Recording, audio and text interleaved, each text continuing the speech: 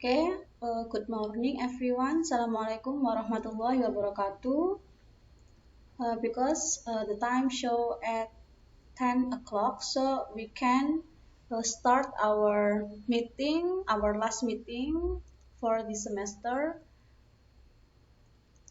Okay, please, can you open your camera?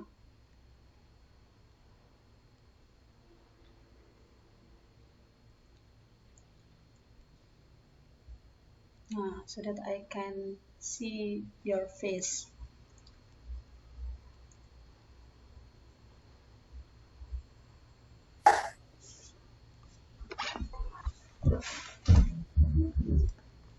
Okay, as usual, before we start our lesson today, please, one of you help me to start this meeting by praying session together.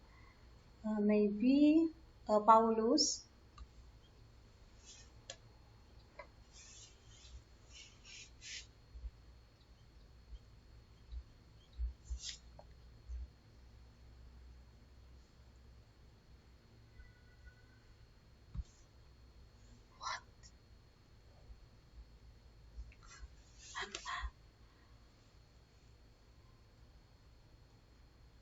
Okay, sorry for my unstable connection. Paulus sudah selesai memimpin berdoa ya?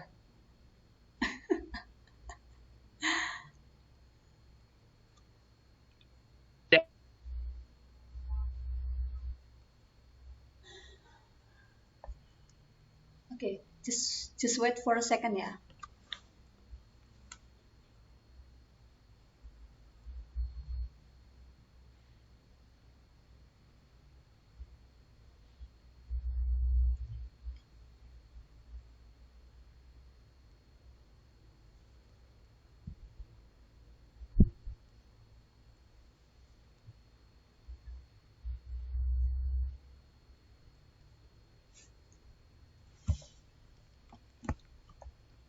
Okay, I have been changed my signal, so I hope I have a good stable connection.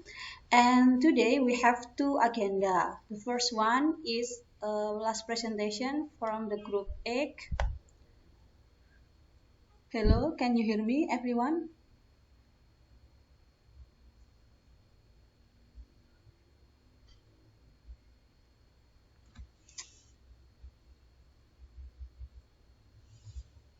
Dio, bisa mendengar suara saya? Agak putus-putus, Mem. Oh, putus-putus. Iya, ada pemberitahuan soalnya di sini unstable connection. Tapi sudah saya ganti kok koneksi saya sebenarnya. Oke, hari ini saya punya dua agenda. Yang pertama adalah presentasi terakhir untuk kelompok 8, 9, 10, dan 11. Kemudian yang kedua adalah pembahasan persiapan final exam.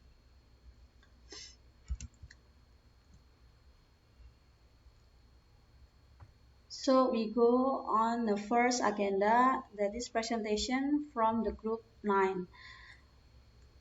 And group 9 consists of Justin Halim, Niar, Anissa, Muhammad Dafa, and Adisti.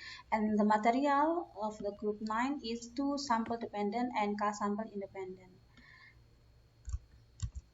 So please, group 9, open your camera for all of your members, and you can start it.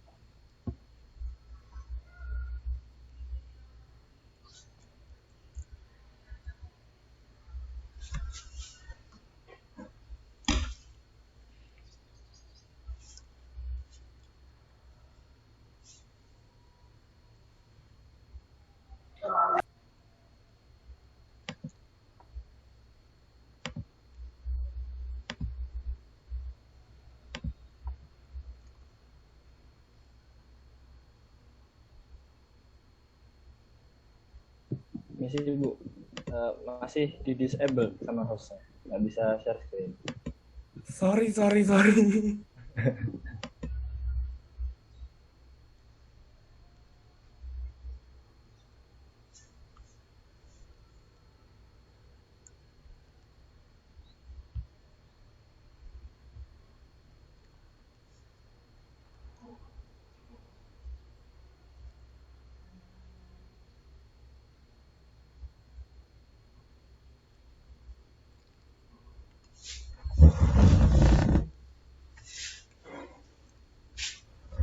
Sudah terlihat semuanya ya?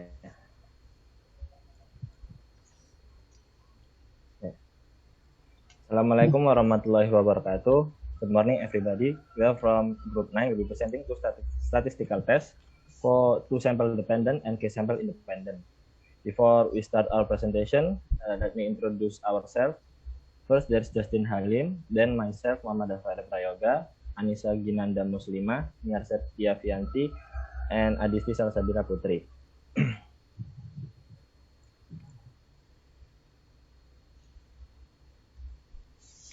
The first one is two sample dependent or Wilcoxon test of pair. The definition: Wilcoxon test of pair or two sample test dependent is a non-parametric test to measure the significance of the difference between two groups of paired data with ordinal scales or interval that are abnormally distributed. There are three types of hypothesis that is used. For the first one, for the two-tailed, when the null hypothesis is when the median is equal to 0, and the alternative hypothesis is when the median is not equal to 0. For the statistical test, t equals t positive or t negative, the smallest. For the second one is the for one-tailed. The null hypothesis is when the median is lower than or equal to 0. For the alternative hypothesis is when the median is greater than 0. The statistical test, t equals t negative. And the last one, for the one-tailed, is when the null hypothesis is when the median is greater than or equal to 0. And the alternative hypothesis is when the median is lower than 0. The statistical test, t equals t positive. The significance level is alpha. Reject null hypothesis if t count is smaller than the table.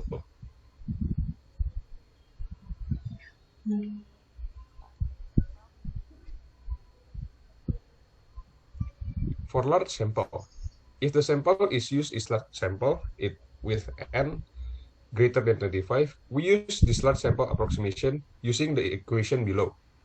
T is the total of positive rank or negative rank that is smaller. Reject null hypothesis if z count is smaller than minus z, 1 minus alpha divided by 2, or z count is greater than z, 1 minus alpha divided by 2. For the step of Wilcoxon pair test, first we are going to define the hypothesis.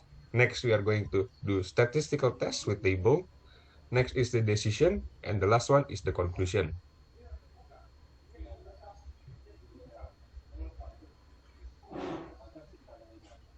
Background: Diabetes mellitus, or DM, is a disease characterized by an increase in blood sugar levels above normal because there is no insulin in the body or insulin does not work properly.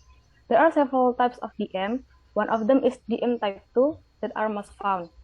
DM type 2 is caused by a lack of sensitivity of body tissues to insulin. Generally, the main therapy for DM is to use insulin or oral hypoglycemic drugs, but the use is less practical and cost quite expensive.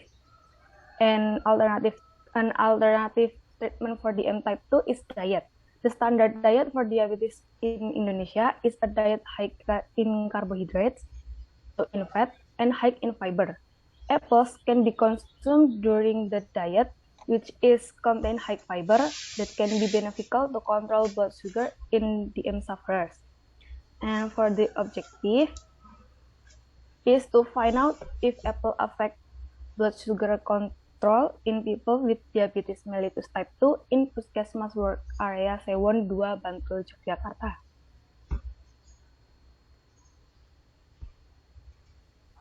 This is the data of the blood sugar rate from 10 respondents before and after eating apple for 7 days.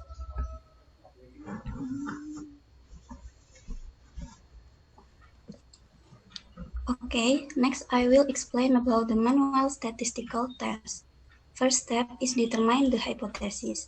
In this case, we use two-tailed test with alpha or significance level is 5% or 0.05.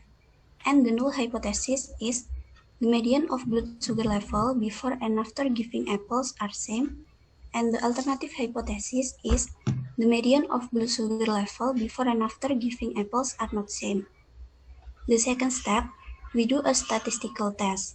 Because we use two-tailed, so the statistical test, T, or the total rank we get from the smallest between T positive or total positive rank, or T and T negative or total negative rank.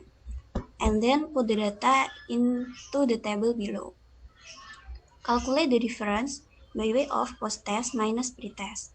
Then in the next columns, write down the sign of every difference consists of positive or negative. After that, determine the ranking of all the difference and distinguish between positive and negative. If there are two number of difference has same value, so we have to find the average rank of the two number. For example, the second rank is 12, but in this difference we have to number 12. It is in the sixth respondent and 10th respondent. So we have to average each rank by way 2 plus 3 divided by 2 because 12 in second rank and third rank.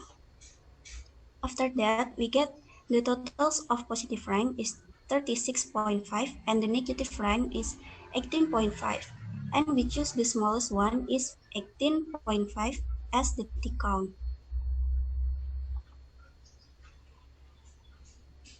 Next, we have to determine the t-value from Wilcoxon table. Look at the table beside. Because the significance level is 0.05 and the total respondent is 10, so the t-value is 8. After that is the decision. Reject null hypothesis if t count smaller than t table. Because t count 18.5 greater than t table 8, so we fail to reject null hypothesis. And the conclusion is the median of blood sugar level before and after giving apples are same, or there is no effect of giving apples on blood sugar level. Next one is Minitab tutorial. First step is input the data like this example, the first column for pre-test and the second column for post-test. The second step, we must choose calc and then choose calculator.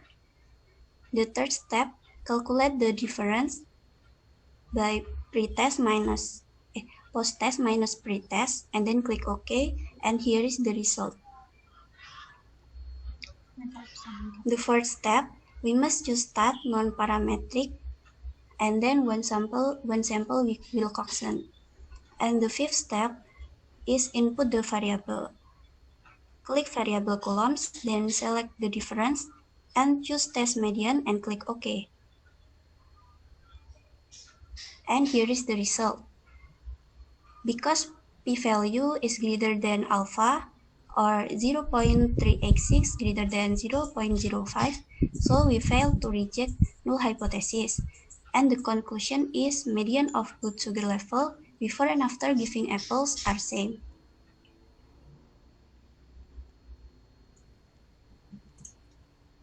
The benefit is based on our statistical calculation, it can be concluded that providing apples had no effect on blood sugar control in type 2 diabetes mellitus patients, as the median of blood sugar levels before and after giving apples are the same.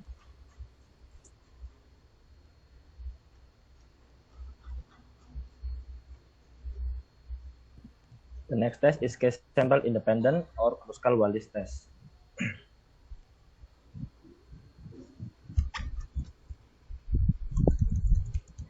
Kruskal-Wallis is a statistical test for case sample independent that use ranking principle like Wilcoxon test. In order to perform this test, we must assume that analyzed data are consist of k random samples, observations are independent, its random variables are continue, and at least it has a ordinal measurement scale, or and the populations are identical except maybe for its location. To perform this test, first step is to combine all group of samples. And then we give the rank of all the data from the smallest to the biggest. And then we sum up all of the rank from each group of samples. And then we calculate the statistical test of each value using the formula below.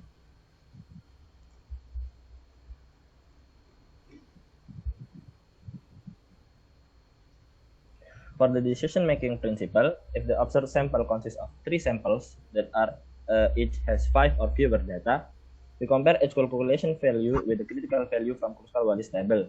We refuse null hypothesis if each value are bigger than the table's critical value. If the observed sample consists of more than 3 samples that each sample might have more than 5 data, we compare our H calculation value with x squared from t squared table value with degree of freedom of k minus 1, where k refers to the number of groups that we observe, that we test. We refuse null hypothesis if h are bigger than x squared. If we fail to refuse null hypothesis, we have to perform multiple comparison tests. Multiple comparison tests can be done by using the filling and analyzing the table below, like usual statistical test. This test is performed to identify which group that has different median. Hypertriglyceridemia and the occurrence of cardiovascular disease are assumed to be linked to the consumption of food high in trans fatty acids. Eating hydrogenated fatty acids can result in the formation of trans fatty acids. Chitosan, on the other hand, has been demonstrated in dogs to lower blood cholesterol levels. Chitosan is made where chitin is deacylated into amine polysaccharides, which are typically found in arthropod exoskeletons like crabs and shrimp shells. This chemical is comparable to dietary fiber in that it cannot be digested by mammalian digestive enzymes and helps with fat metabolism. Chitosan use can reduce the absorption of body fat. Chitosan acts as a weak anion exchange resin, which means it can reduce the hypocholesterolemia effect of the body. The objective is to find out how chitosan affect plasma triglyceride levels on body weight in fat rats, trans fatty acid in Sprague-Dawley rats.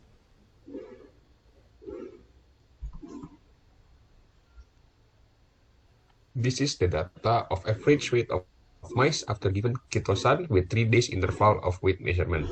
For the K0 is the control. For the P1, it is given 0.035 gram of chitosan. For P2, it is given 0.045 gram of chitosan.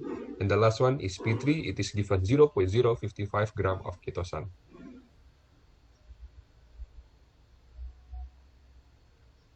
Here is the data from the previous slide. Next. As we can see here, we already grouped all the samples like the first step that we mentioned previous. And then, as we can see in the rank column, we give the rank of each data from the smallest to the biggest. Like here, 198.6 is the smallest one, so we give the rank 1 and so on. And like the Wilcoxon test, when we have two same rank, we use its average. Like here, we have 224 rank, so we add 24 plus 25 divided by 2, so we get 24.5. And then after we determine each data's rank, we sum up all the rank from each group, like we can see in the right side of this table. So the first group, the control one, have the total sum of the rank of 176.5 and so on. Next. And when we perform the test, we do the test like usually. We first determine the hypothesis. For the null hypothesis, all median of mice's weight group are the same, and for the alternative hypothesis, at least one of the mice's weight groups have different median. Here we choose our significance level of alpha is 0.05 or 5%. And we use the statistical test here with H value using this formula, and we got the H value of 1.13349. As for the critical area, we refuse null hypothesis if H value is greater than x squared of alpha and k minus 1, where k refers to the number of group that we test, and alpha to the significance level that we choose.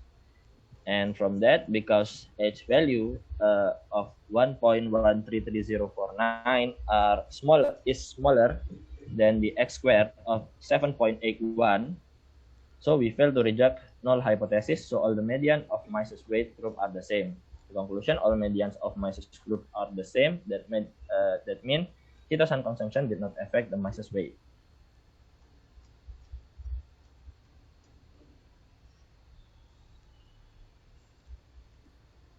And this is the method calculation. First step is input the data. For column 1 is group and column 2 is mass weight.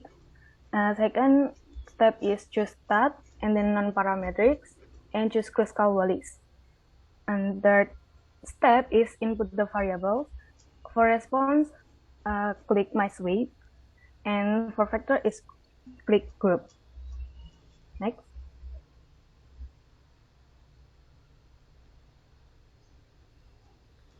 And we have the result here. We have the p-value is 0.769. We have significant levels of alpha is 0.05. We reject null hypothesis if p-value are smaller than alpha, because p-value which is 0.769 are greater than significant levels of alpha is 0.05, so it failed to reject null hypothesis, and we can conclude that all the median of Mises weight group before and after given chitosan are the same.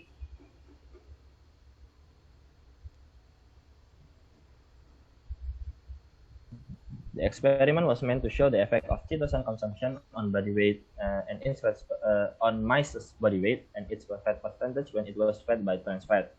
From this data, we know that chitosan did not really give any difference to the Mises weight. Therefore, we know that whether chitosan really did not affect on the Mises body weight or the experiment used too low chitosan doses.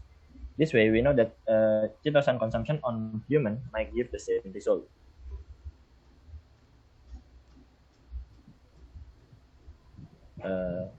That's all from us. Thank you. Here's our reference. If there's any question, let me know. Thank you. Wassalamualaikum warahmatullahi wabarakatuh. Waalaikumsalam warahmatullahi wabarakatuh. Thank you for the group 9. And then please share your PowerPoint in this Zoom chat so I can share by myself. Or maybe there is some question from the class participant.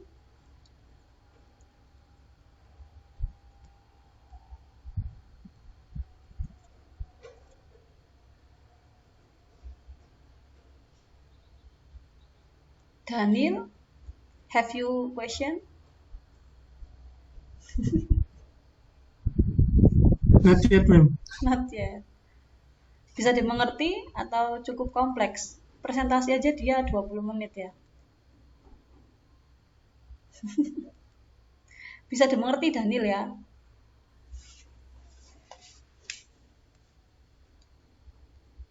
Mana ini PPT-nya? Ma'am,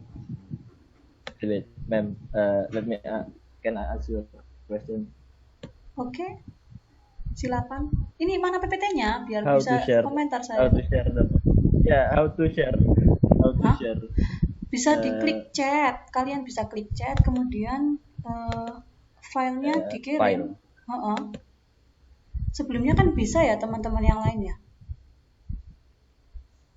Iya, yang lain bisa, tapi kami nggak tahu caranya. Sebentar, Bu. Oke.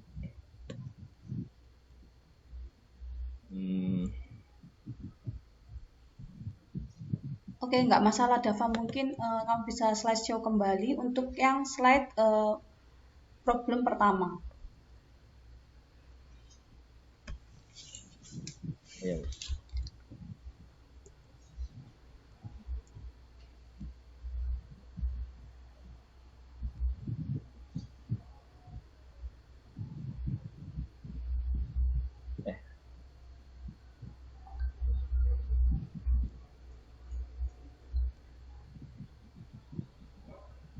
Nah, untuk manual calculation, what is the result of manual calculation from the problem 1? Jadi kan untuk kasus 1 ini ingin mengetahui kadar gula ya. Kadar gula, coba statistical testnya. Kadar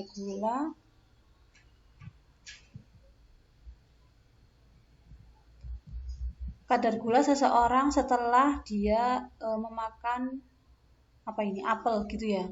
Apakah kadar gulanya sama atau tidak? Nah, secara kasus sudah betul. Penyelesaiannya adalah dengan kasus dependen karena 10 orang atau 10 responden ini diberikan perlakuan yang sama. Kemudian dicatat data sebelum dan sesudah. Nah, itu secara kasus sudah benar. Nah, kemudian untuk calculation yang di atas itu mana ya, yang hasil akhir calculationnya mana? Nah, ini 18,5 hasil Minitab-nya.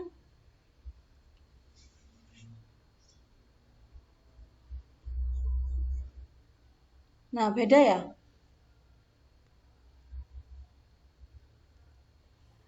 Iya, ma'am. Kira-kira karena apa dia memiliki hasil yang berbeda for the statistical test of two pair test? Karena itu waktu mengurangi difference-nya itu kayaknya kebalik. Soalnya pas saya coba di yang pre-test minus post-test itu hasil Wilcoxon statistiknya ini 18,5. Tapi mediannya negatif, jadinya kayak bingung gitu, men. Oh, iya. Jadi kalau post-test dikurangi pre-test hasilnya adalah 18, tapi mediannya negatif. Kayak gitu ya, niar ya. Iya, ma'am. Sebenarnya harusnya sama sih ya. Tapi saya juga belum nyoba sendiri sih dari kasus kalian. Secara kesimpulan dari p-value dia memiliki hasil kesimpulan yang sama ya kan. Dari manual calculation-nya tadi adalah tolak H0. Gagal menolak H0, kemudian untuk p-value juga gagal menolak H0. Nah, ini secara asumsi saya untuk kasus 1 dia memiliki kesimpulan yang sama baik dari manual calculation dan output software Minitab. Tetapi untuk Wilcoxon statistiknya mungkin perlu dicek kembali, harusnya sama, niar. Nah, kemudian untuk yang kasus kedua mungkin siapa ya? Adisti bisa diceritakan yang dites itu apa? Perlakuannya yang diberikan sampel itu siapa, kemudian perlakuannya apa saja? Yang diberikan yang dites itu tikusnya, mem. Jadi tikusnya itu diberi sitosan. Apakah nanti dia itu berefek ke plasma trigliseridanya, level trigliseridanya itu tadi.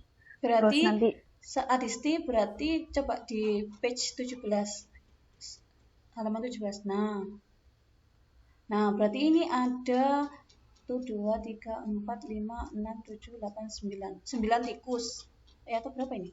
Berapa? 9 ya?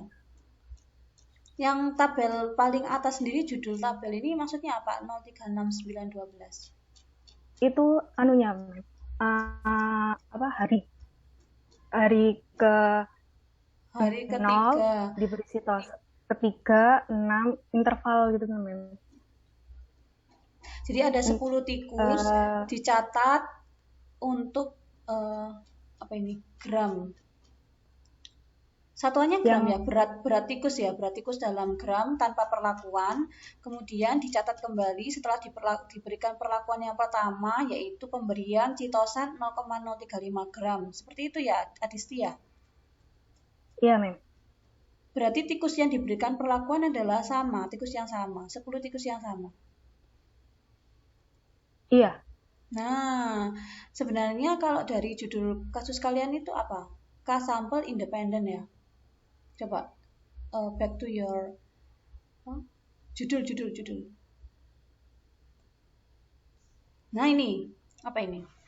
K-sampel independen. Jadi kemarin di pertemuan sebelumnya kan saya sering menyebutkan bahwa untuk yang sampel dependen itu berarti subjeknya itu hanya satu, kemudian diberikan perlakuan, dicatat data sebelum dan sesudahnya. Tetapi untuk yang kasus independen itu dia memiliki subjek yang berbeda-beda.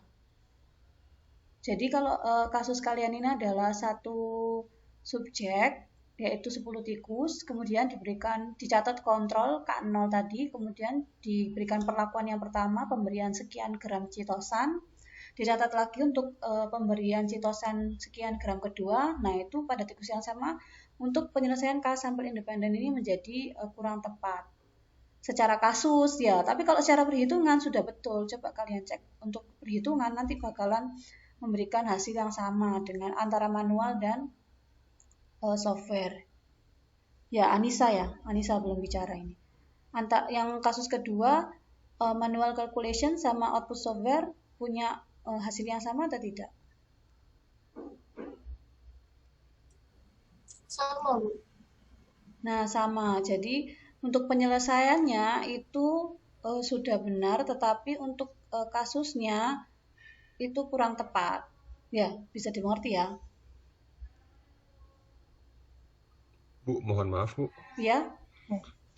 Itu yang tadi yang dibilang 10 tikus tuh maksudnya tuh satu tikus, Bu, masing-masing perlakuan. Jadi yang kontrol satu tikus, untuk yang P1 satu tikus, P2 satu tikus, P3 satu tikus, Bu.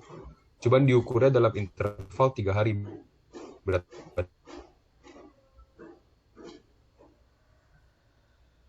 Gimana ini? Coba kembali ke datanya.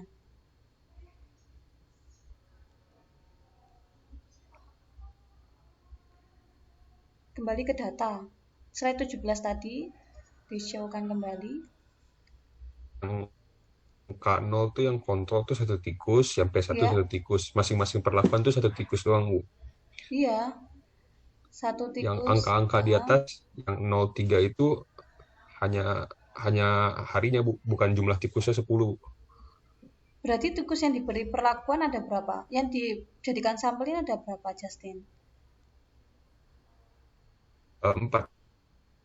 4. Masing-masing Oh, jadi yang misal tikus dikontrol, tikus dikontrol pertama. ya itu 3 yang nggak dikasih hari, apa tidak, bukan 0 itu itu. berarti dia belum diberikan apa-apa setelah selang 3 hari. Bener ya kayak gitu ya? Coba. Berat badannya nambah, betul, Bu. Itu yang 0369 itu hari-harinya, Bu. Jadi ada 4 tikus yang diberikan, aduh.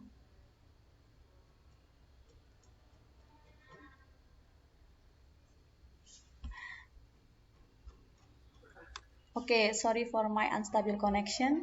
Jadi ada 4 tikus ya, Justin ya? Ya, Bu, benar, Bu. Oh, berarti 4 tikus. Kemudian tikus yang pertama itu dicatat penambahan berat badannya. Iya ya, dia nambah ya soalnya ya, dari 0 sampai 27. Kemudian P2. Ya, Oh ya, berarti benar. benar. Benar Justin. Nah, kalau gini kan berarti berbeda ya penjelasannya antara yang tadi Adisti sama Justin ya. Jadi kalau secara yang dijelaskan sama Justin sudah tepat. Jadi untuk ada 4 tikus yang dijadikan sebagai sampel, kemudian diberikan 4 perlakuan yang berbeda. Nah itu kata kuncinya. Benar Justin, terima kasih. Berarti untuk 2 kasus di kelompok 9 sudah benar, dan secara penyelesaian antara manual dan statistical software-nya juga sudah sesuai. Tapi untuk yang tadi catatan untuk yang kasus pertama perlu dilakukan cek ulang ya. Ada pertanyaan? Dari kelompok 9 mengalami kesulitan atau tidak dalam proses pengerjaan ini? Mungkin yang belum bicara kurang 1 mungkin ya. Justin, Anissa, Dava, Adisti, sudah semua ya?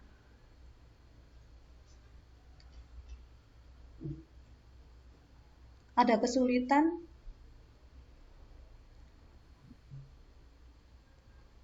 boleh. Halo?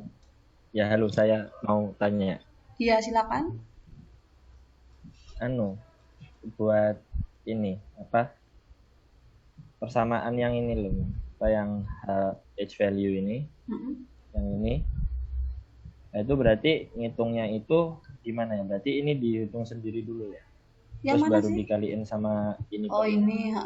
H sama Yang ini, dengan 12 ya. per N kali N plus 1 sigma RI per NI dikurangi 3 kali N plus 1 ini kan ya Dava ya. Nah, sigma ini adalah Nah, sigma ini berlaku untuk RI per NI. Kalau tidak salah saya tuliskan juga di slide saya ya. Ya, ini dari slide Ibu. Iya. Kalau kalian sudah nyoba secara manual harusnya sudah tahu cara menghitungnya. Karena kan nanti ini sebagai bahan untuk UAS. Dan akan saya munculkan soal untuk yang non parametric test ya kayak gini nih nanti. Bentar, kamu pakai apa tadi? Iya, Bu. Skal Wallis ya. Iya.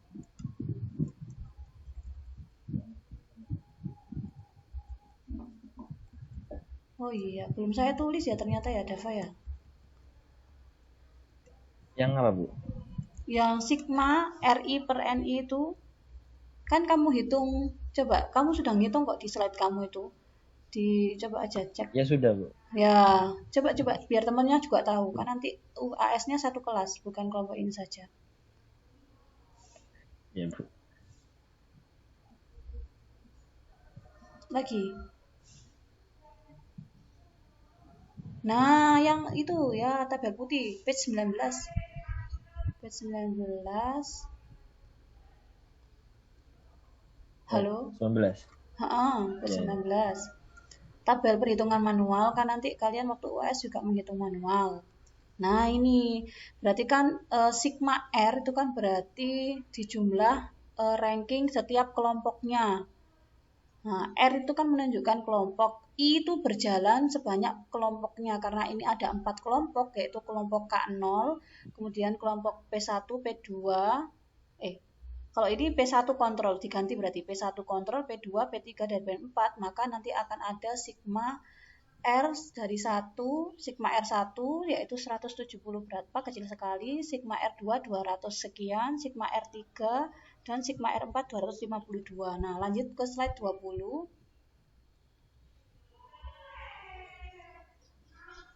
Nah, berarti sigma ini, sigma H sama dengan 12 dibagi N kali N plus 1, sigma RI per NI, itu berarti yang diselesaikan itu sigmanya. Nah, ini kan buka kurung 176,5 kuadrat per 10 ditambah 204 kuadrat per 10 dikurangi 3 kali 40 plus 1. Sudah benar nih Dava kan hasilnya 1,1 sesuai sama Minitab. Ya, Bu. Okay, thank you. From the group 9, you have a clear presentation. Then we continue to the group 10, that is material of 2 sample independent and K sample dependent. And from the group 10 consists of Adiaksa Lintang, Putri Talia, Lu Sheria, Fairuzan, and Ayu Ananda. So please, for the group 10, you can show your face, open your camera, and then share your PowerPoint. Yeah, thank you. And you can start your presentation.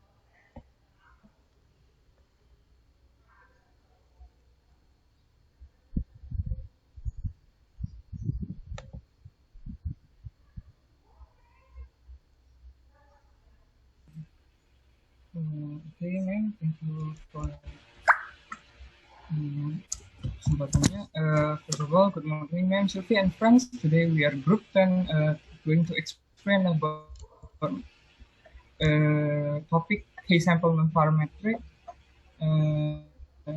And this our group contain Adiaksa Lintang, me as well as Pasha, Lucrecia Vivialin, Putri Talia, and Ayu Ananda Puspapratama.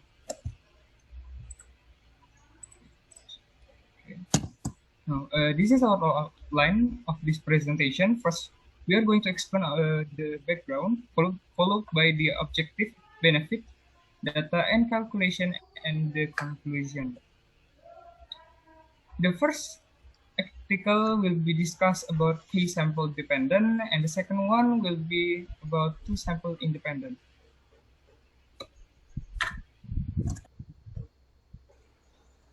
Okay, so the title of the first article is Peran Pekarangan Program KRPL atau Kawasan Rumah Pangan Lestari terhadap Sumber Pangan Keluarga. Next.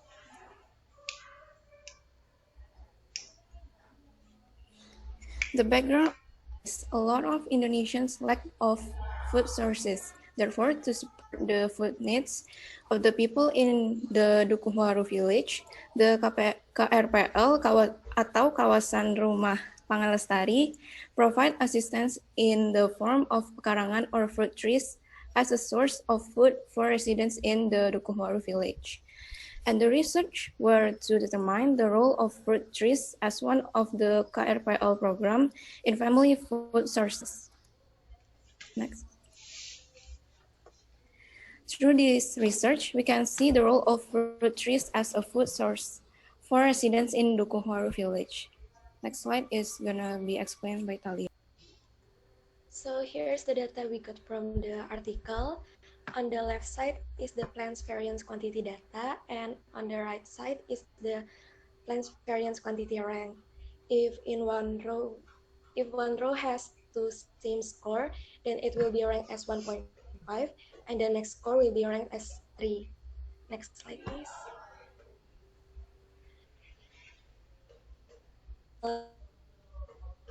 And the null hypothesis is the rank for plants variance quantity will stay the same, and the alternative hypothesis is the rank for plant variance quantity will not stay the same. And then the level of significance is 5% or 0.05. And the next step is we will rank the data and sum the rank. The total for the before program is 18, and the sum for the rank for the during program is 19, and for the after program is 23. And after that, we will count the XR square using the following formula. The B in the formula is the number of subjects, and the K is the number of treatment, and the R is the total of the ranks. The result for the QR square is 1.4. After that, the decision is we will reject the null hypothesis if the calculated X square is lesser than the critical value of X square. And because the calculated X square is 1.4 and the X critical value is 5.99, so null hypothesis is rejected. The conclusion is the rank of plants variance quantity will not stay the same, or in other words, KRPL program will affect the rank.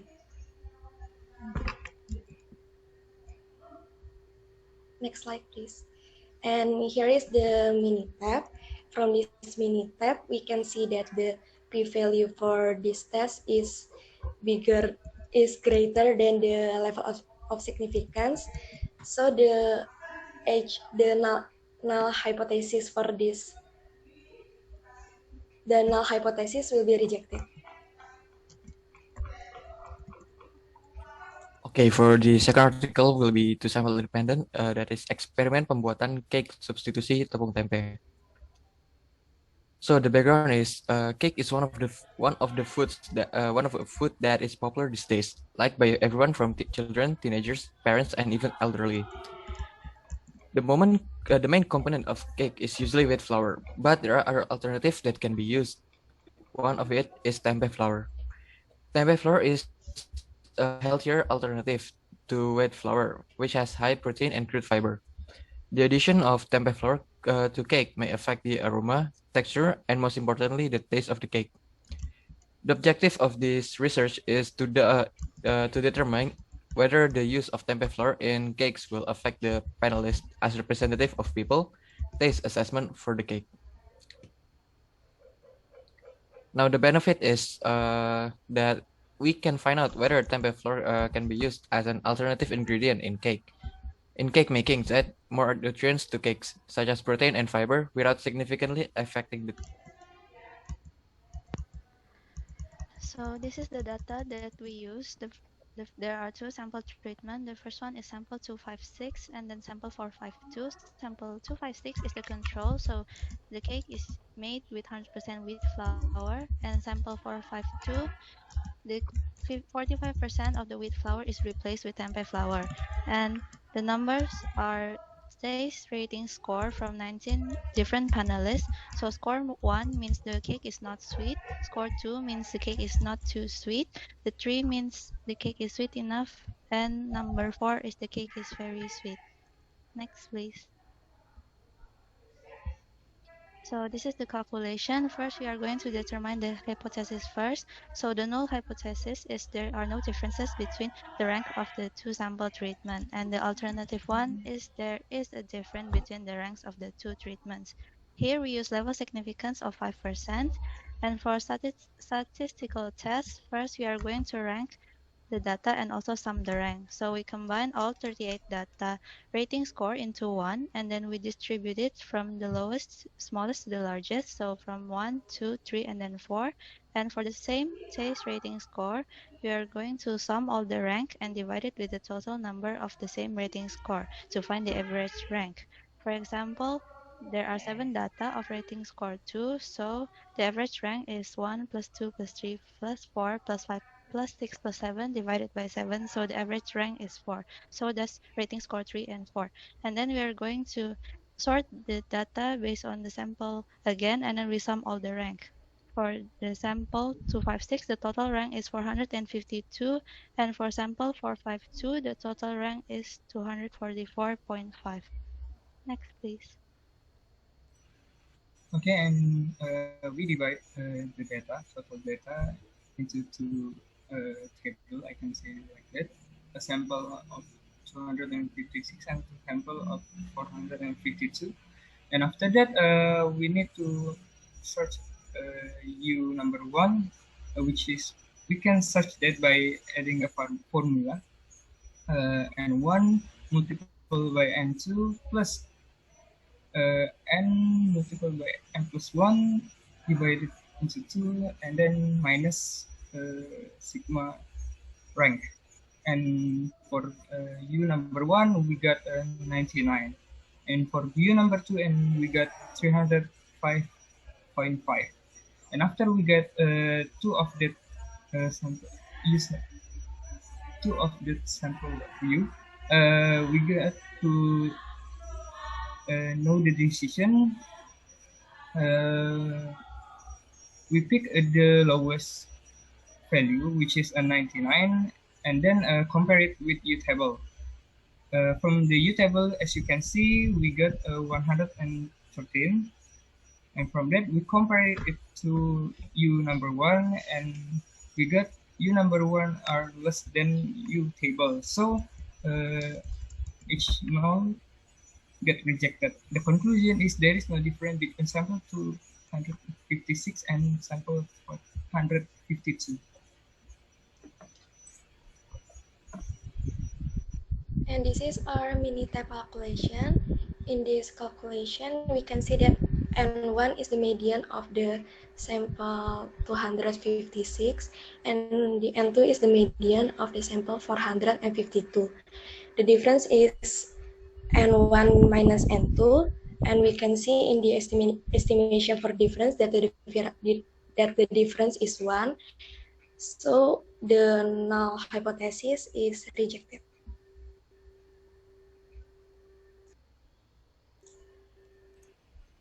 Okay, I think it's the end of our presentation. Thank you for watching. If there, ma'am or friends have a question, you can ask right here.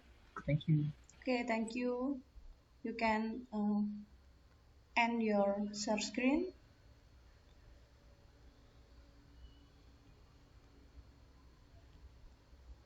Okay. Group 10, we have two material that is sample dependent and two sample independent. Nah, for the case sample independent, for case sample dependent, you have this case. Nah, coba Adiaksa, untuk yang case sample dependent ini kasusnya seperti apa?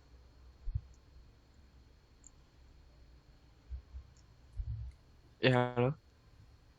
Untuk case sample independence ini kasusnya itu kan ini apa namanya?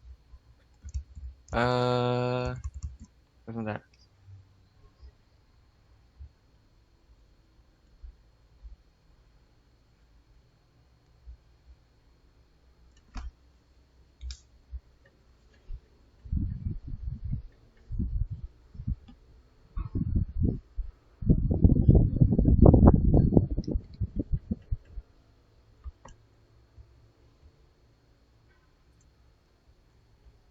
Oke, ini jadi kasus dari yang case sampel ini itu tentang program KRPL itu, jadi dia menghitung jumlah variasi tanaman.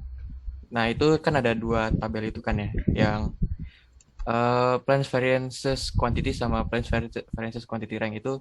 Jadi di tabel itu dijelasin itu jumlah kuantitas variansi tanaman sebelum ada program, Oke, selama satuannya program apa? sama setelah ada program. Satuannya itu pohon harusnya sih, Bu. Pohon ya? Jumlahnya itu. Soalnya itu jumlah kuantitas ininya tanamannya, variasi tanamannya. Jumlah tanaman.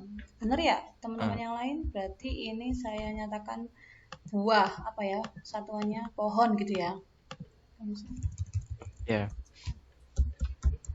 Nah, karena kasusnya dependent, mana yang menunjukkan ada hubungan?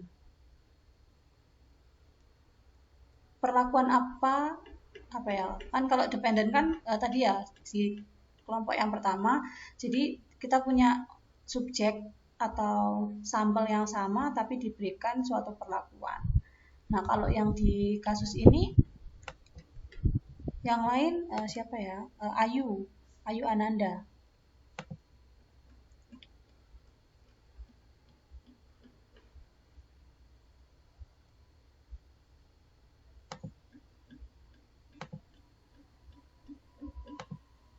Yes, ma'am. Kan kalau dependennya itu mana? Berarti kamu punya 10 apa ini? 10 apa yang 1 sampai 10 ini menunjukkan apa? Itu untuk tempat yang berbeda, ma'am. Jadi kawasan, ada 10, ya benar kawasan ya. 10 kawasan. 10 kawasan sudah betul. Kemudian dicatat jumlah pohonnya, ya Ayu ya. Iya. Sebelum program 2, kemudian selama program 2, setelah program 3. Nah, kemudian ada yang sebelum program 1, selama program 2, setelah program malah berkurang. Bisa ya seperti itu ya? Ayu ya? Ya, ma'am. Program apa ini? Program apa sih? Program dari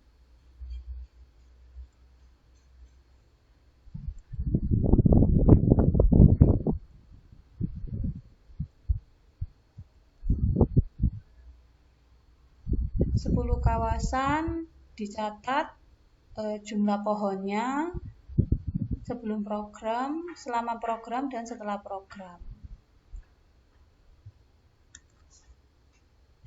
Oke, kasusnya seperti itu. Kemudian saya panggilnya gimana ini? Lucrecia atau panggilannya Vivi. Oh, Vivi. Oke, Vivi.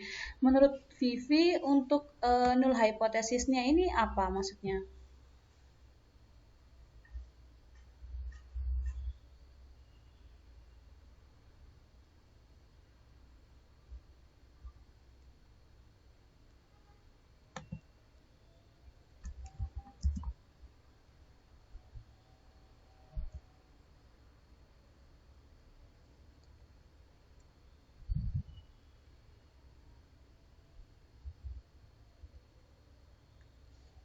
Artinya itu jumlah variansi si awal sama akhirnya itu sama.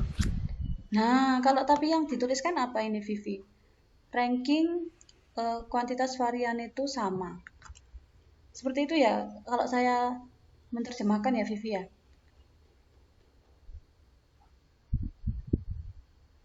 Ini loh artinya yang dituliskan itu the rank for plants variance quantity will stay the same. Artinya berarti ranking dari variasi kuantitas variasi pohonnya itu sama. Vivi, please confirm me. Yes, ma'am. Nah, kalau saya tuliskan di sini seharusnya yang jadi hipotesis apa? Kemarin kan saya pernah bilang yang jadikan hipotesis adalah parameter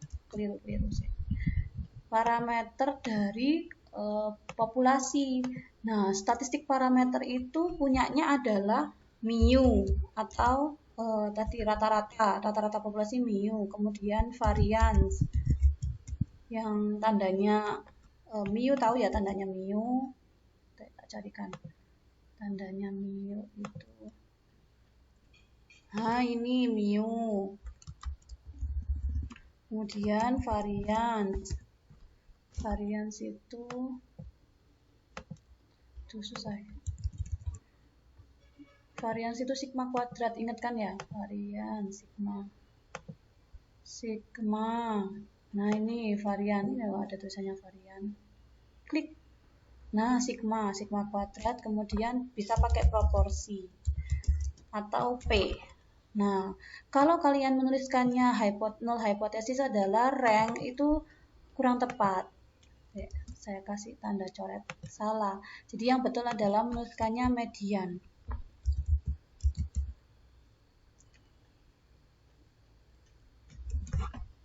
Karena ini adalah statistik non parametrik, maka yang diukur adalah median. Jadi yang betul adalah median untuk quantity variance, kuantiti pohon itu adalah sama atau tidak sama. Oke, sekarang untuk manual calculation you have chi-square 1,4, kemudian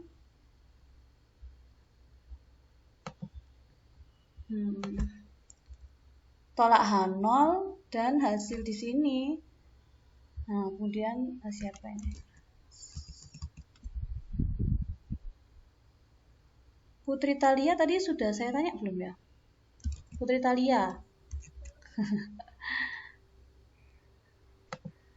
Ya, ma'am. Oke. Kalau tadi kita punya manual calculation adalah reject H0 ya, karena chi-square hitung kurang dari chi-square tabel. Nah, kemudian untuk yang ini hasilnya apa? Conclusionnya apa? Decision. Kalau ini kita ngeliatnya kan dari p-value-nya, terus p-value-nya kan lebih besar dari alfanya kan 0,05. Jadi keputusannya kita reject H0 juga, ma'am. Reject H0, benar? Reject H0. Karena p-value kurang dari alfa, maka reject H0. Tapi karena p-value-nya ini ternyata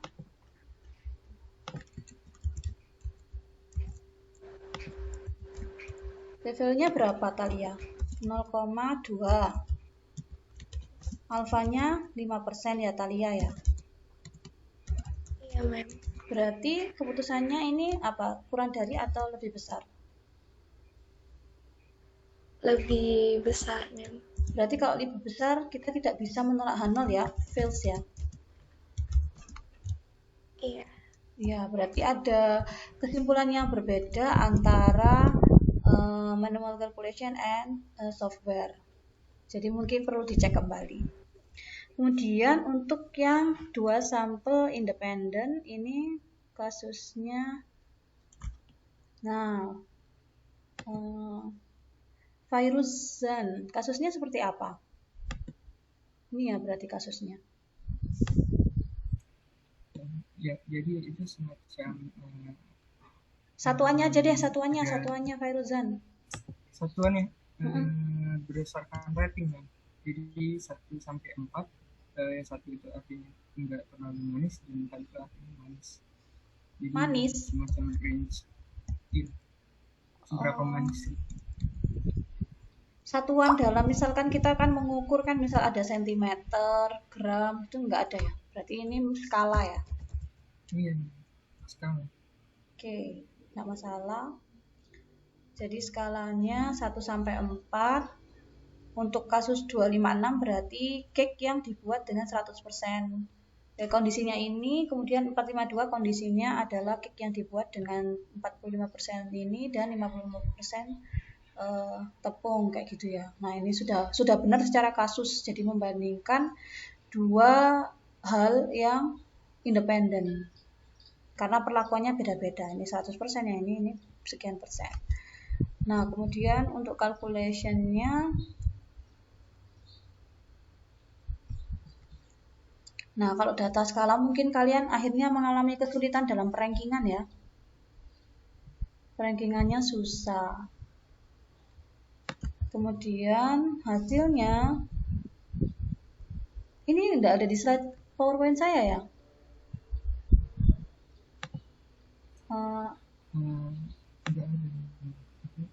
Tidak ada ya?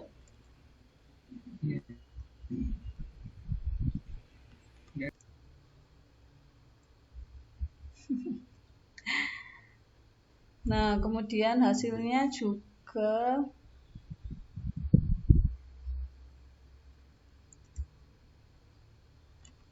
tolak H0. Tolak H0 kalau hasil dari Minitab software-nya juga tolak H0.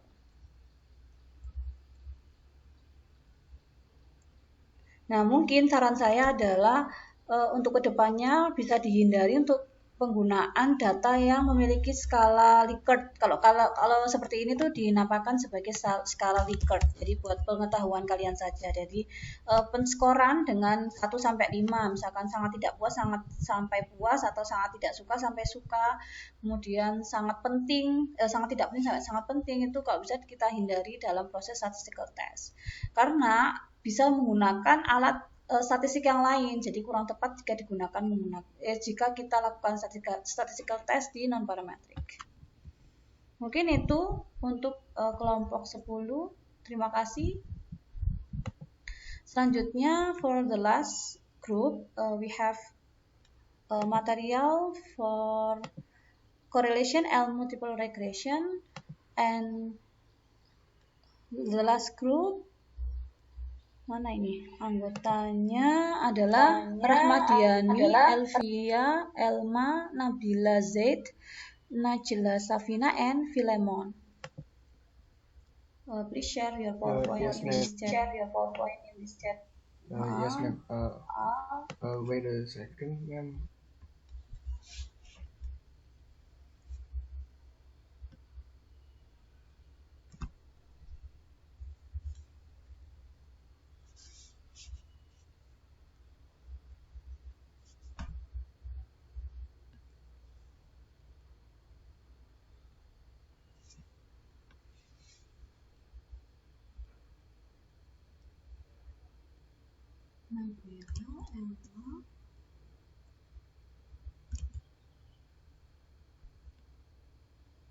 Please, the member of the last group, open your camera.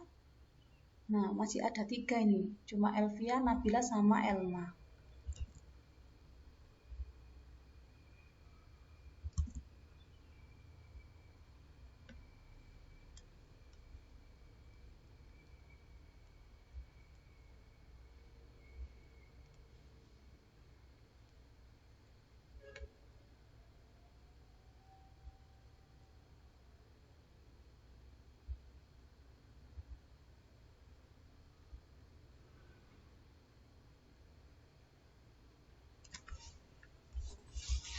Should we share the PPT first or should we share screen first, ma'am?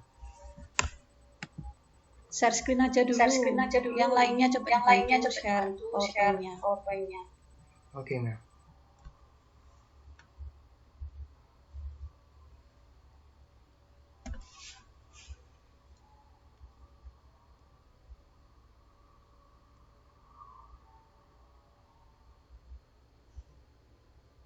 Judah.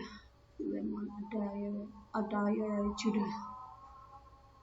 Filemon Adair Judah. Do everyone could see the PowerPoint? Not yet, ini masih apa? Nah, ini sudah. Okay. Alright.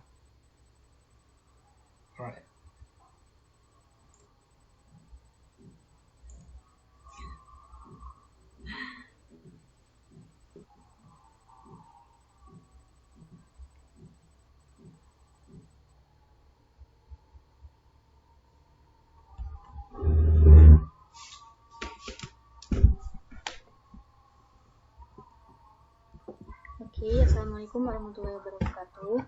Good morning, Mrs. and everyone. Today we're from Group 11. We'll present about correlation and regression. Next. Bagus presentasinya, senang.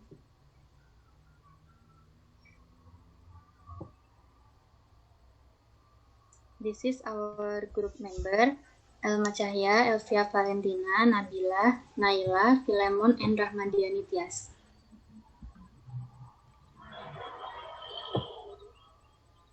Next.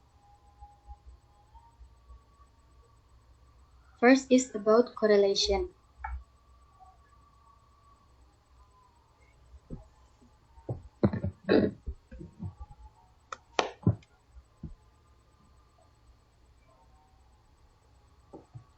Correlation is a measurement to describe a linear trend between two sample variable x and y. R is the denotation of correlation. R can be negative, equal to 0, and positive.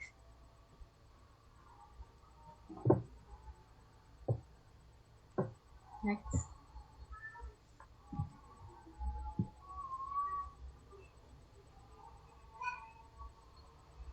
One of the efforts to overcome the food problem is food diversification by utilizing local food commodities as raw materials at relatively low prices, so that new products with economic value can be produced with well-fulfilled nutritional values. Cassava is local food that is produced in the country itself, capable of being a food source because its production is quite high. The use of is better in the because it has a longer shelf life than fresh tubers and can also function as a foodstuff. In addition, flour can function as rice or fuel or be processed into other secondary products. The flour is modified cassava flour, often called mocaf or modified cassava flour, which is flour produced from cassava through a fermentation process with microbes. Manufactured cassava cells will be modified by fermentation microbes, namely lactic acid bacteria or LAB. This process will produce flour, which is characteristic and quality similar to wheat flour, so that mocaf is very suitable to replace wheat flour for the needs of the food industry. Next.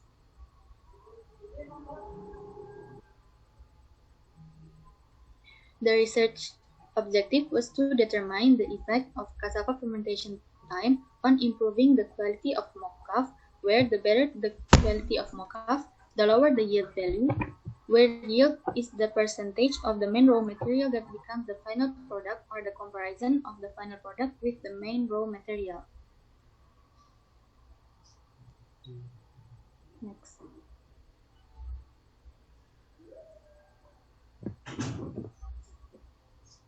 This is the data table which contains fermentation time, the unit is hour, and yield or percentage of the main raw material that becomes the final product or the comparison of the final product with the main raw material. Jadi yield ini adalah persentase bahan baku utama yang menjadi produk akhir atau perbandingan antara produk akhir dengan bahan baku utamanya. The unit of yield is percent. The first data at 0 hour is the yield is 45.464%. The second data is at 12 hours, the yield is 45.067%. The third data at 24 hours, the yield is 45.81%, and so forth until 72 hours. Next.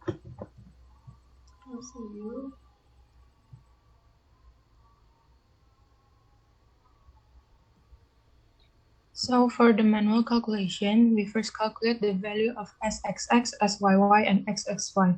To calculate them, we have to calculate the average value of X and the average value of Y. For that, we get the average value of X is 36 and the average value of Y is 43.47543. Then for SXX, we use the formula X minus X average. Then we square the result of the subtraction. After that, we sum all of the SXX value. There we get 4032. For SYY, the formula used is the same as XXX, but uses Y data instead of X data. Then add up all the result, and there we get 23.891.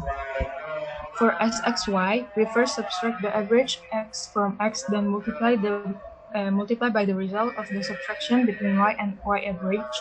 After that, we sum up all of the result and we will get minus 291.204. Next.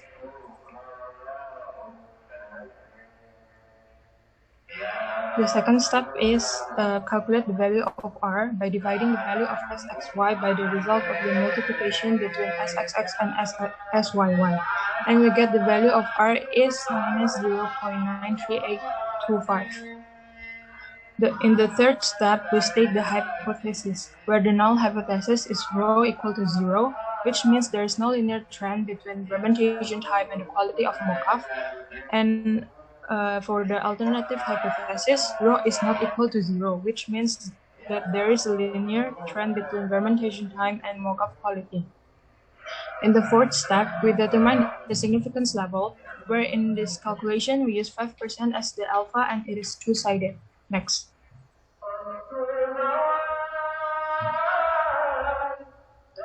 After that, we do the statistical test. We now have to find the value of t with the formula that is stated in the slide. Then we get the value of t is minus 6.064293302. Because we get a negative t value, then in the decision section, we will reject the null hypothesis if minus t calculation is less than the minus t table. The result obtained for minus t table with alpha 0.05 and n5 is minus 2.571, which is bigger than minus 6.6064. Therefore, we reject the null hypothesis. So we can conclude that there is a linear trend exists between fermentation time and the quality of mocha. Next.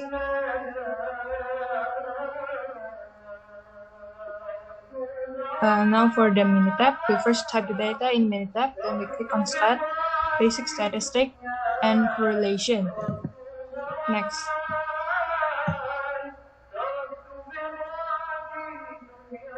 Enter both data into the variable box, then before we click OK, we click Result and check all options, then we click OK. Next. After that, we will get the result and we can the value of R is the same as the manual calculation as 0.938 and we'll value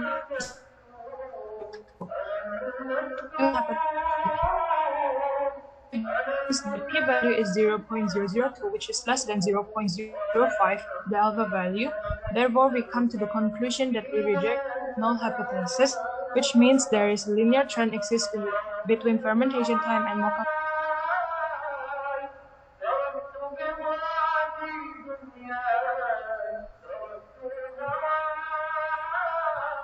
The benefits obtained from the correlation include can measure several variable relationships, can motivate work to variable productivity, can find quality with services, and can perform inflation rates on certain variables. In conclusion, there is a linear trend exists between fermentation time and the quality of mocha.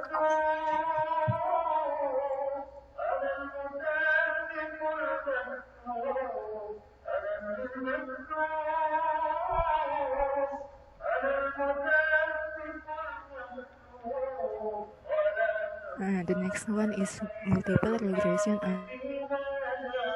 analysis.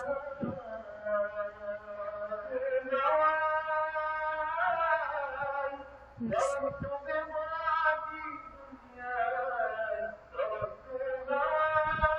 Multiple regression analysis is a statistic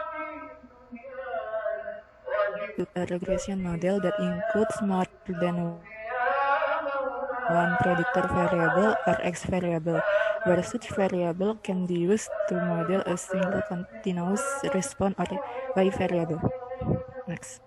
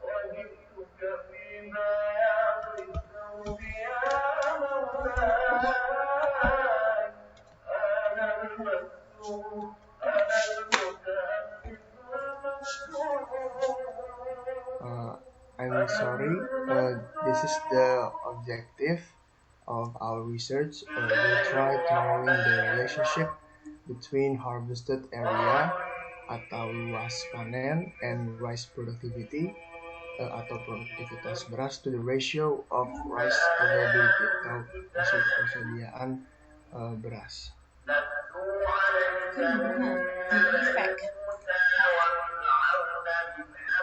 And this is the data that we took. There is 10 districts.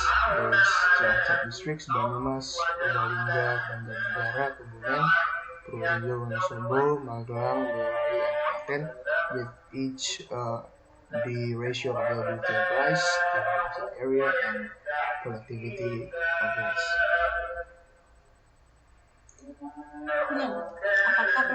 And this is the steps of multiple regression. I gave it to Rama.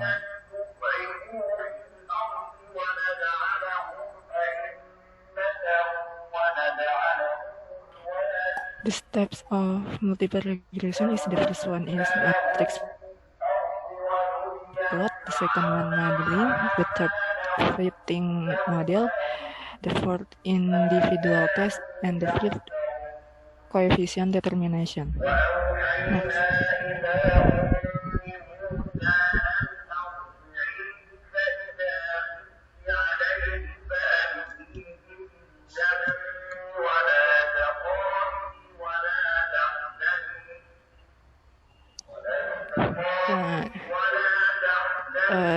We use a Minitab solution for the matrix. The first step is click grab and then matrix plot. And then choose each Y versus each X with smoother click awk. And then enter the Y value, X1 value, and X2 value. Next.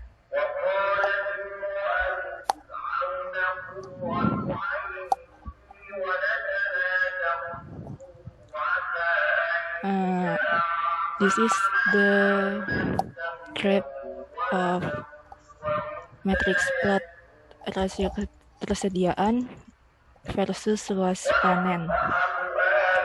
The shape of scatter plot between harvest area and the ratio of rice availability is linear. It means there is a connection between first harvest and the ratio of rice availability.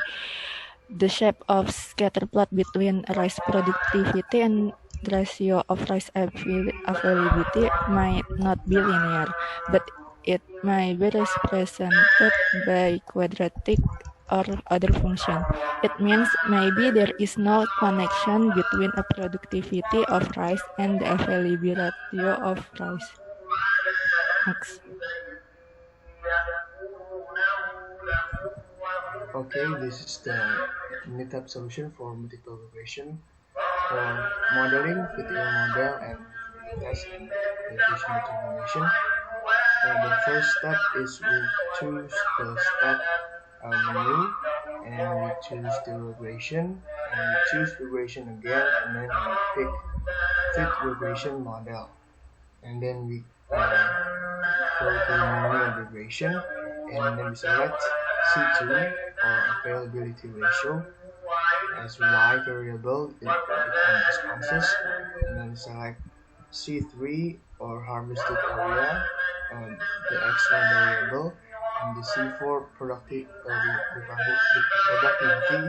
or X2 variable as continuous predictors, and then we click OK. And then this is the result that we're gonna get. This is the regression analysis of availability ratio of Y variable versus harvested area and productivity. And the availability ratio equation as parameter estimate, and the coefficients are used for individual tests, and the model summary are going to be used of coefficient determination, and analysis of variance are used at fitting model.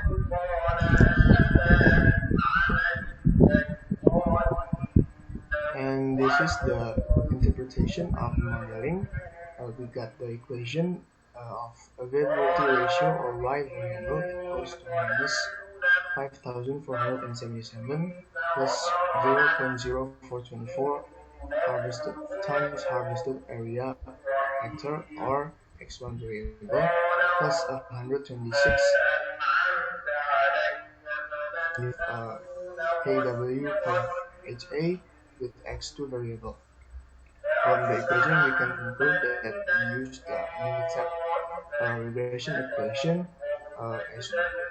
as you guys and Miss could see on the screen, and we get the modeling that B0 or equals of minus 5477 shows how big the availability ratio or Y is if harvested area or variable X1 and productivity or variable X2 are equal to 0 or constant, then the amount of Y is minus 5,477.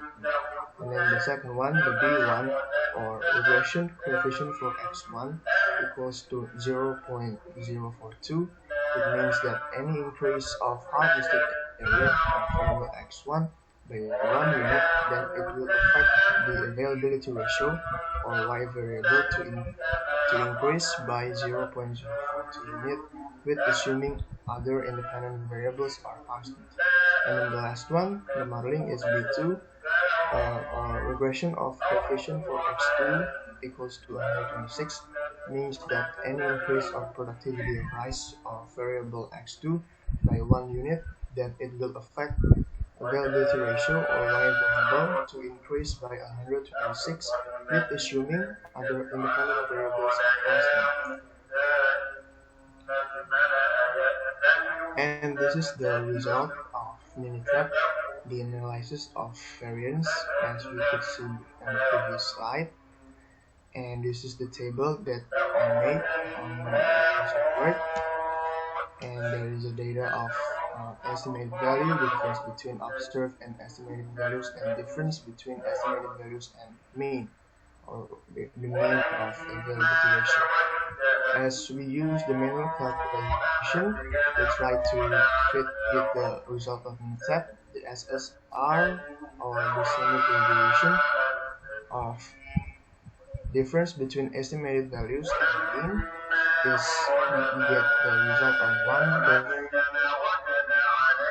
1.4969, which means it was similar or close enough to the adjective SS of modified result.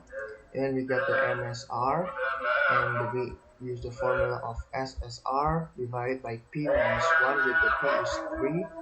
So we got the result of 872,044.7345, which means it was quite close to adjective MS. And then we calculate the SSE with the same formula, but different used. We use the standard deviation of difference between observed and estimated values, and we get the result of 1091169.151, which means it was quite similar or close enough to adjective SS, and we got the MSE with the formula of SSE divided by N, which means N was 10 samples, and minus P, which is 3, and then so we got the result of 15581.3073, which means it was quite close and quite enough to adjective MS. So we got the F count, although the result of SSR, MSR, SSE, or MSE calculation are close enough to Minitab solution, we got the result of MSR divided by MSE is 5.59, which is the same as Minitab result. And then we continue. I'm sorry to interrupt you. Yes, ma'am. Mute dulu, kamu di mute dulu biar enggak. Nah, oke, terima kasih untuk kelompok 11 ya. Jadi effortnya kelompok 11 ini sangat banyak sekali karena mereka harus menyelesaikan regresi dan korelasi, dan itu perhitungannya sangat banyak seperti pada yang saya pernah jelaskan. Mungkin untuk presentasi kelompok 11 bisa diakhiri. Saya sudah bisa mendapatkan gambaran effort kelompok kalian untuk menyelesaikan case-nya secara manual maupun software. Tidak apa-apa ya, Philemon and team? Yes, ma'am. Okay. Bisa stop share and then saya mau tanya jawab sedikit.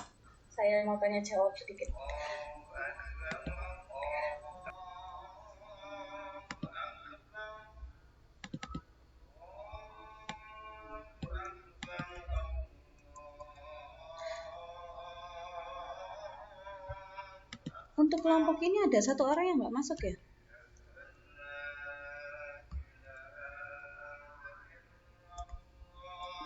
Ya, ma'am. Sakit atau bagaimana? Atau tidak ikut dalam pekerjaan ini?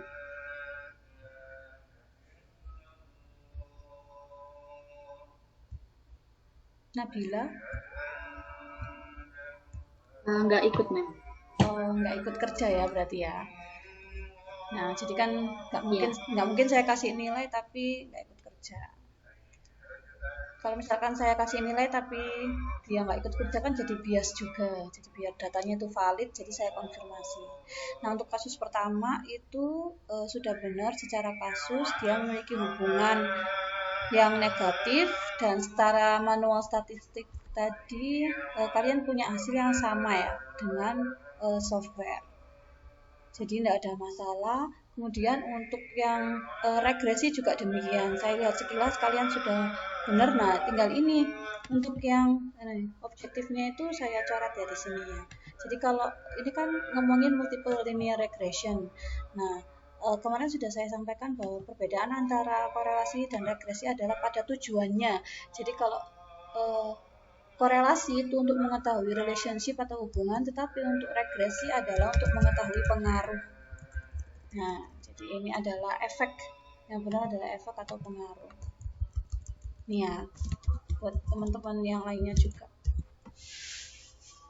Jadi harapannya statistical test ini tidak berhenti di sini, tapi bisa kalian lanjut untuk kedepannya, untuk untuk kemanfaatan di studi kalian ke depannya. Saya juga senang ini dapat wawasan baru mengenai penelitian tentang makanan, teknologi pertanian.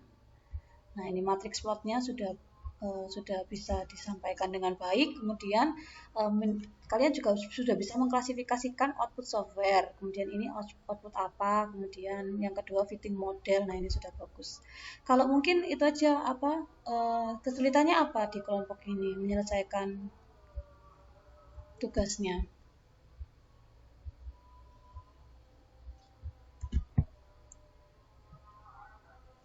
Halo?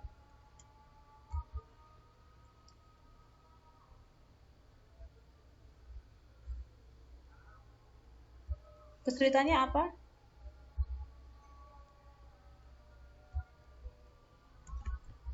Terserah siapa ini yang mau bicara. Elma mungkin. Kalau dari saya belum ada kesulitan, berarti semuanya bisa dimengerti ya Elma ya. Terlalu banyak mungkin ya kalau di kasus regresi ya. Rahmadiani ada kesulitan?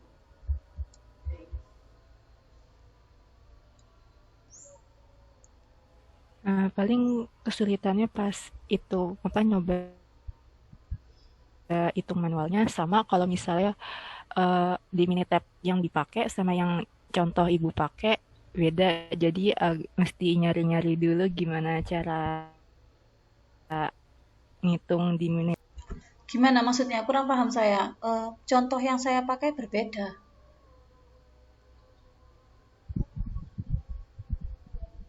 Halo? Itu aplikasi Minitab-nya versinya beda, jadi ada yang berbeda gitu. Oh iya ya, versi Minitab-nya kan ya, enggak masalah. Tapi kan akhirnya ketemu kan ya. Nah, ini saya cek kalian bisa menemukan semua proses dari manual calculation and software. Filemon ada kesulitan? Bisa dimengerti ya dalam proses mengerjakan regresi linear berganda ini?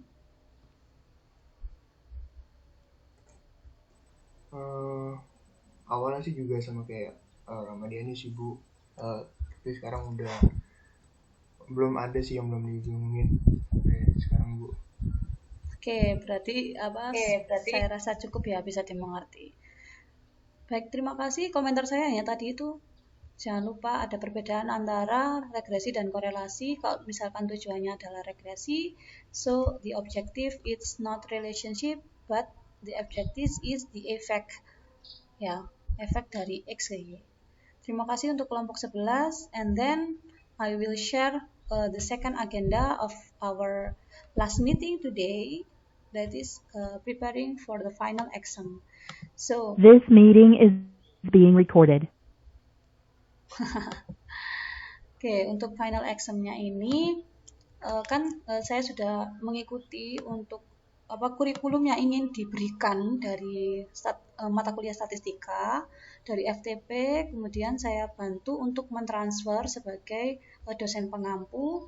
Nah, untuk one sample test of hypothesis, kalau kalian masih ingat atau kalian bisa cek assignment 1 kalian itu adalah mengenai uji T dan uji Z. Berarti kalian untuk pengukuran materi ini itu sudah saya dapatkan nilainya. Saya juga sudah saya sampaikan ya nilainya berapanya kepada kalian. Kemudian untuk yang assignment 2 itu adalah mengenai goodness of fit. Jadi kalian saya beri tugas 2 soal, yaitu uji binomial atau uji Poisson lah kalau nggak salah. Nah, kemudian sehingga saya sudah punya juga assessment untuk yang material goodness of fit. Nah, karena saya sudah sampaikan bahwa statistical test yang diberikan itu sangat banyak, apalagi yang setelah UTS adalah inferensi ya, artinya proses statistical test kan ada stepnya 5 ya. State the null hypothesis and then define the level of significance and etc. Nah, untuk setiap tes itu sehingga saya batasi kita mulai UAS-nya adalah mulai dari normality test sampai pada sampai pada two sample non parametrik. Nah, kenapa saya tidak menggunakan regresi? Karena prosesnya terlalu banyak. Jadi takut dengan waktu 2 jam itu kalian tidak bisa menyelesaikan ya. Di kelompok ini tadi kan banyak ya prosesnya ya, mulai dari mencari SXX, XXY, kemudian interpretasi modelnya, kemudian model of fit-nya, coefficient determination ya, Filemon ya Rahmat ya. Kemudian ada asumsi juga perlu dicek apakah normalitasnya dan seterusnya, itu masih banyak, sehingga untuk beberapa pertimbangan saya tidak menyebutkan korelasi dan regresi. Nah, sehingga this is nanti kalian dapat 4 soal. Nah, soal pertama adalah konseptual statistik. Jadi soal ini tidak ada perhitungan, nggak ada hitung-hitungan. Jadi uraian biasa, durasinya 10 menit. Kemudian kalian dapat skornya adalah 15. Kemudian soal yang kedua adalah normality test. Nah, ini juga sudah pernah saya sampaikan secara materi, perhitungan, dan juga statistical software-nya. Dan juga telah ditambahkan dari kelompok yang menjelaskan normality test. Nah, ini durasinya 25 menit, mengerjakan, skornya 25. Kemudian yang soal ketiga adalah non-parametric test. Nah, ini yang menjadi concern kita setelah UTS. Jadi kita memahami setelah parametric yang sudah menjadi assignment 1 and 2. Nah, non-parametric test ini saya belum punya nilai individunya kalian, sehingga saya perlu teskan juga di sini. Nah, macam-macamnya non-parametric test kan banyak ya. Nah, ini kan non-parametric test, mulai dari ini uji ini sama ada 6. Kemudian K-sampel independen itu ada sendiri. K-sampel independen berarti kalau misalkan dia ada perbedaan, dia harus kalian harus melakukan uji perbandingan ganda. Masih ingat ya? Nah, itu harus dilakukan. Nah, ini saya berikan durasi yang agak panjang, 30 menit, karena nanti kalian perlu perhitungan yang ekstra atau banyak. Nah, ini skornya juga tinggi, 35. Nah, kemudian yang terakhir adalah uji hubungan atau homogeneity test. Jadi menguji kehomogenan suatu homogenitas pernah kan ya. Nah, ini homogeneity test pernah saya sampaikan dan juga pernah diberikan oleh kelompok. Nah, durasinya 25 menit, skornya 25, sehingga saya punya total skor 100. Kemudian waktu mengerjakan sebenarnya dari durasi ujian akhir itu adalah 2 jam. Nah, ini saya gunakan 1,5 jam, 90 menit untuk 4 soal. Kemudian saya berikan waktu upload di Google Classroom 10 menit. Nah, kemudian ini petunjuknya. Nah, yang pertama adalah write the result of calculation manually. Jadi yang kalian tuliskan adalah proses manual perhitungan for each problem. Jadi kalau misalkan tadi ada 4 soal dan 1 soal uraian, nanti ada 3 yang harus kalian tulis secara perhitungan manual. Kemudian yang kedua, you are allowed to use Minitab software or calculator or Microsoft Excel for calculation. Jadi kalian diperbolehkan pakai Minitab untuk cek hasil perhitungan, kalkulator atau Microsoft Excel. Tapi dari hasil apa yang kalian tulis secara manual itu terlihat proses berpikir kalian. Jadi saya ingin ngecek apakah apa yang saya sampaikan ini bisa dipahami atau tidak, bisa dipahami clearly atau tidak ya. Nah, jadi nggak apa-apa menghitung pakai Minitab software, kalkulator atau Microsoft Excel, boleh. Kemudian write the statistical test process clearly. Nah, ini saya tekankan agar tidak lupa. Jadi yang paling penting adalah bagaimana menuliskan statistical testnya. Ingat ya, ada 6 atau 5 langkah ya. Tulis hipotesis, level of significance, statistical test, decision, sampai kesimpulan. Nah, kemudian ini additional information, prepare the statistical table, misalkan pakai z-test, t-test, atau sebagainya. Kemudian the question will be displayed in Zoom 1 by 1. Jadi kalau kesepakatan ini adalah untuk kesepakatan dari fakultas kami, jadi agar mengurangi kerjasama adalah dengan cara mendisplay soalnya satu persatu. Jadi ada 4 kali display soal. Dan setiap soal punya waktu penyelesaian sendiri-sendiri. Kemudian yang keenam, scan your answer sheet by application. Nah, ini penting pakai aplikasi ya, biar clear, karena ada yang pakai kamera, sehingga saat saya mengoreksi itu tidak terbaca. Kemudian dan upload in PDF, jadi formatnya PDF. Ini juga saya tebali karena waktu tugas itu ada yang memberikan tugas dengan extensionnya .doc atau picture. Jadi tidak standar. Kalau PDF kan sudah sama semua. Kemudian pakai nomor urut spasi nama mahasiswa, misalkan 13 nomor urut di presensi underscore nama saya. Kemudian untuk yang ketujuh, rule-nya adalah always open camera when in exam. Jadi minta bantuannya untuk selalu open kamera. Nah, setiap proses selalu saya record, termasuk hari ini saya sudah punya ini, tahu aplikasi yang bisa merecord tanpa perlu host kayak di Zoom ini. Jadi saya record. Nah, kemudian coba saya tunjukkan ya.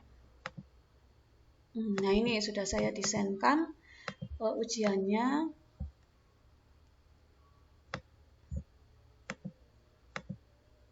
Nah, ini ya ujian akhir semester untuk statistika kelas AE. Nah, sifatnya open book and software. Nah, ini ada 4 soal. Nah, ini setiap soal nanti akan saya display nih. Misalkan ini skornya 15, kemudian waktu penyelesaiannya adalah 10 sampai 10 sampai 10.10 dan seterusnya. Nah, sehingga nanti selesainya adalah 11.30. Ini saya juga sudah cobakan dengan perhitungan manual dan softwarenya. Wah, kelihatan nanti. Jadi insya Allah sudah saya cek tidak ada error calculation. Ada pertanyaan untuk persiapan UAS? Mem, saya mau izin bertanya. Ya. Itu kan untuk yang ada 4 soal. Terus yang pertama itu kan konseptual statistik. Itu tuh berarti kayak konsep dari yang udah diajarin gitu ya, Mem. Misalnya normality test konsepnya apa gitu. Atau mungkin kayak pengertian gitu, Mem. Ya, benar. Benar tadi yang kamu sebutkan. Iya kayak gitu. Nggak usah takut lah. Saya rasa kalau kalian sampai sejauh ini kalau saya memahami kalian bisa lah di statistik. Ngerti lah apa yang saya sampaikan itu apa yang saya berikan di soal. Jadi tidak outlier. Tidak mungkin saya tidak menyampaikan kemudian saya mengeluarkan di soal. Ada lagi pertanyaannya?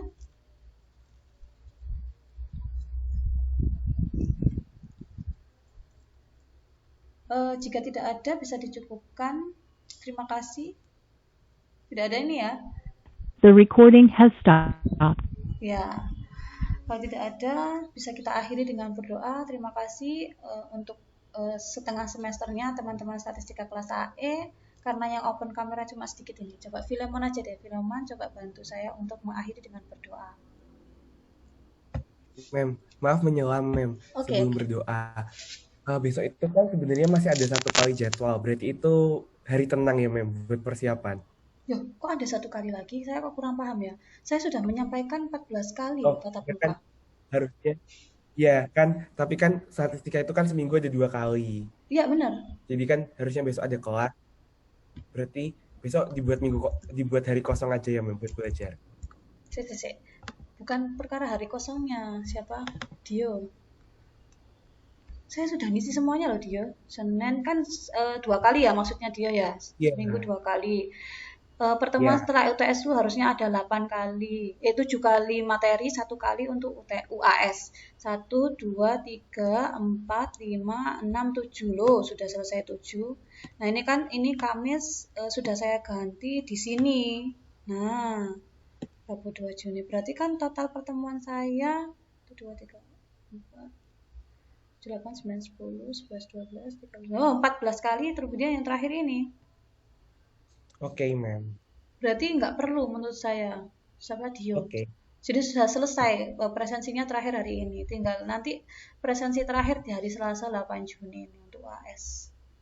Oke, Mem, kalau begitu. Nggak ada hari tenang, tidak ada kuliah, sudah tidak ada tanggungan.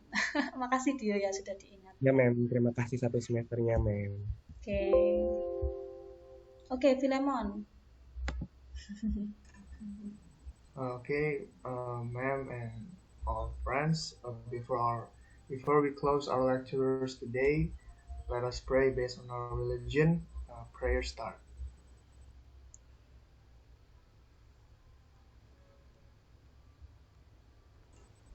Prayers finished. Baik, terima kasih untuk kadang-kadang untuk kembali ke saya tadi suaranya.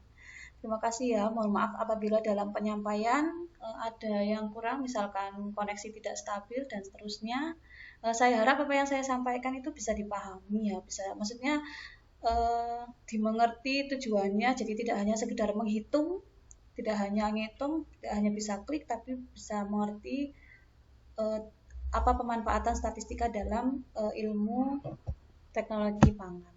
Wassalamualaikum warahmatullahi wabarakatuh. See you on final exam.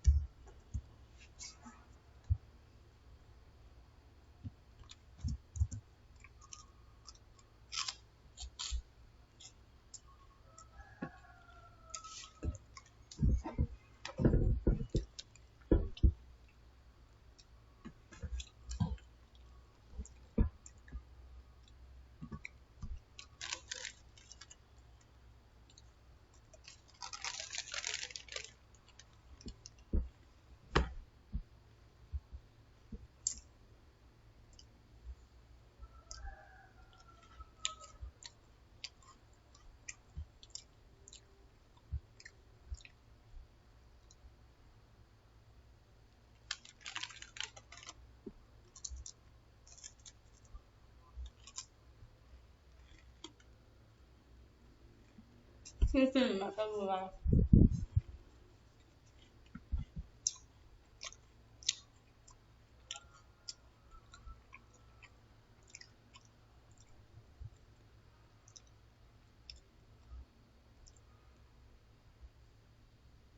No.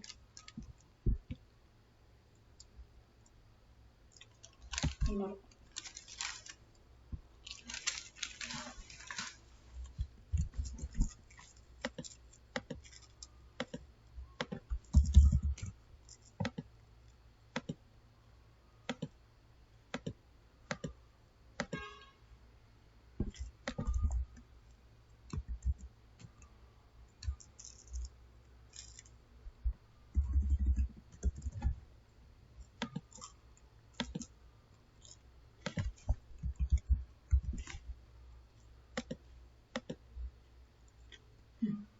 Alif.